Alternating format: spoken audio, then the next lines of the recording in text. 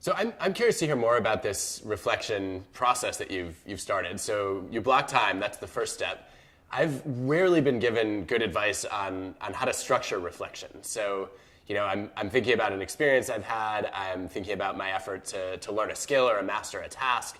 What are the kinds of questions you ask yourself, or what is even the journaling that you might do look like? Yeah. It all started for me out of a research project because when I had been in industry and gone to training programs that had reflection, I rolled my eyes and I'd move my hand like my pen was writing perhaps, but very little reflection actually took place. And so then I found myself teaching and in the front of the room, asking people in a program to do a learning journal and felt just a little bit hypocritical. And so we worked with a company where we took a 6-week training program. We randomly assigned folks to participate or not in this reflection exercise.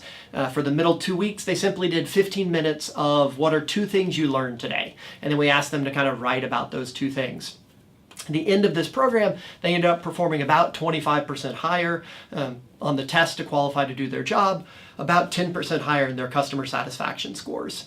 So I've translated that to me with the first thing is what are 2 things you've learned today? I think maybe you do something similar. We go around the table at night at dinner at home and we ask our kids about something that made them happy, something made them sad, something they learned as we go around. And then depending on the topics, we'll incorporate failure as well, something you failed at today. So for me, I'll start with what are 2 things you learned. I'll then typically, if failure hasn't come up in those, then I'll do some reflection around failure, making sure that both I'm pushing myself hard enough and kind of that back to the openness to failure and thinking about it. And then I'll usually try to leave a little bit of time to let it wander. I think one of the challenges is we're often so scripted in our schedules that we don't let ourselves just kind of see where our minds go with that. And so my hope is that in that time,